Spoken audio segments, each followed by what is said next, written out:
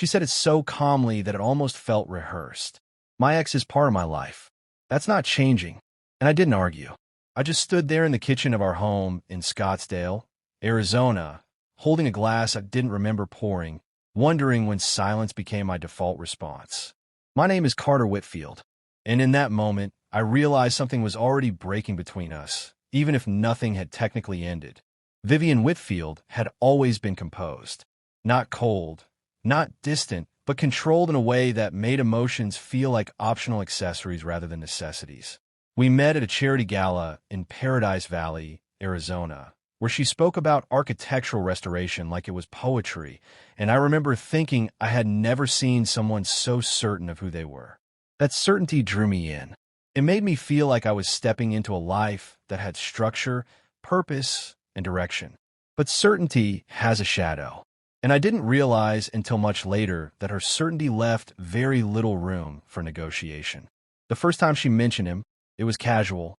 "Ethan and I still talk sometimes," she said, scrolling through her phone like she was reading headlines. Ethan Caldwell, a name that didn't carry weight at first. An old relationship, a past chapter. I nodded because that's what secure men are supposed to do. You don't flinch at history. You don't compete with ghosts. But over time, the ghost started taking up space. A text here, a call there, a mention of something they used to share. At first, it was framed as friendship. Then it became familiarity. Then it became presence. And presence is harder to ignore than memory. I remember one evening when she laughed at her phone in a way I hadn't heard in months. Not the polite laughter she gave at dinners. Not the controlled smile she used in public. This was unfiltered, real. And it wasn't because of me. It was because of him. That was the first time something inside me shifted. Not anger, not jealousy, just a quiet awareness that I was no longer the center of her emotional gravity. And I didn't say anything, because saying something would mean admitting that I noticed. And noticing meant I cared more than I was comfortable showing. Weeks turned into months, and the boundaries between past and present became less defined. She would mention Ethan in conversations like he was still part of her daily rhythm. He would have loved this place. He always said that about Scottsdale summers. It reminded me of something Ethan used to say. Each sentence landed softly, but they accumulated, like dust you don't see until the sunlight hits it at the right angle. One night, I asked her directly, not confrontational, not emotional, just precise. "Do you think your relationship with him affects us?" She didn't hesitate. No. That answer should have reassured me, but it didn't, because it felt too easy, too immediate, as if the question had been answered long before I ever asked it. And that's when I realized something deeper. This wasn't about whether Ethan was in her life. It was about the fact that she had already decided how much space he was allowed to take, and my role was simply to accept that decision. Then came the moment in the kitchen, the line that changed everything. "My ex is part of my life. That's not changing." She didn't say it defensively. She didn't say it with guilt. She said it like someone stating a fact about gravity. And I didn't argue, not because I agreed, but because I understood something in that moment that arguing wouldn't fix. This wasn't a disagreement. This was a boundary she had drawn without me. Before we go further, I want you to pause and think about this. If you were in my position, hearing that line from someone you build a life with, would you have pushed back? Or would you have done exactly what I did and stayed quiet? Because silence isn't always weakness. Sometimes it's recognition. Recognition that the conversation you're about to have has already been decided by the other person. After that night, things didn't explode. There were no dramatic fights, no ultimatums, no emotional scenes. And that made it worse, because everything looked normal on the surface.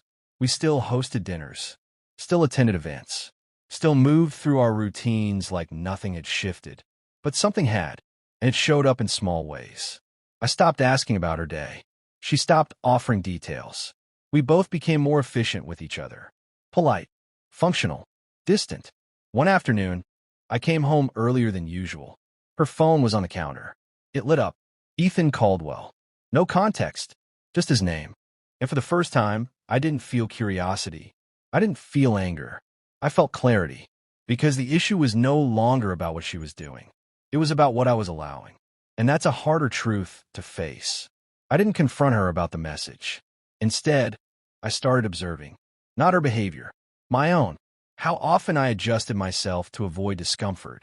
How often I chose silence over honesty. How often I convinced myself that understanding someone meant tolerating everything about them.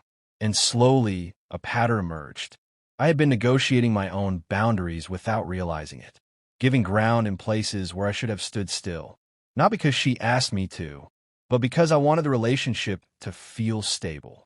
And stability can become a trap when it's built on unspoken compromises.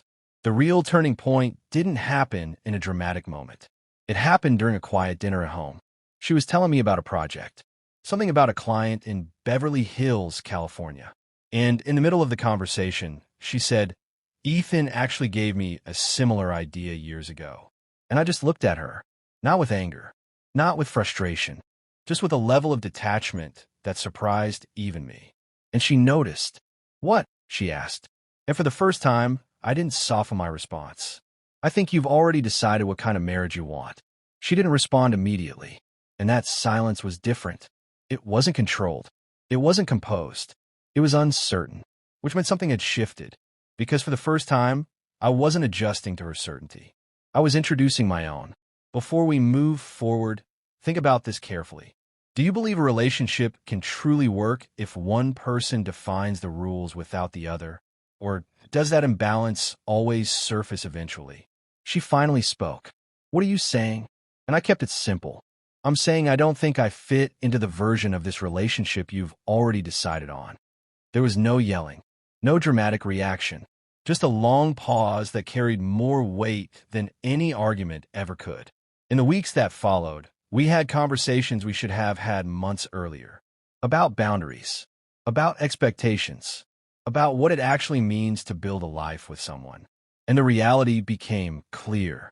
She didn't see her connection with Ethan as a problem, and I couldn't see it as anything but one. Neither of us was wrong, but we were no longer aligned. And alignment is what holds relationships together when everything else gets complicated. Eventually, we made a decision, not out of anger, not out of resentment, but out of honesty. We separated, legally, respectfully, without turning each other into villains. Because the truth was simple.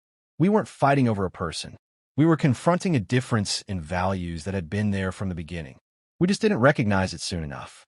And looking back, I understand something now that I didn't understand then. Silence isn't always acceptance. Sometimes it's the first step toward clarity. And clarity doesn't always lead to resolution. Sometimes it leads to an ending. And that ending isn't failure. It's alignment finally catching up with reality.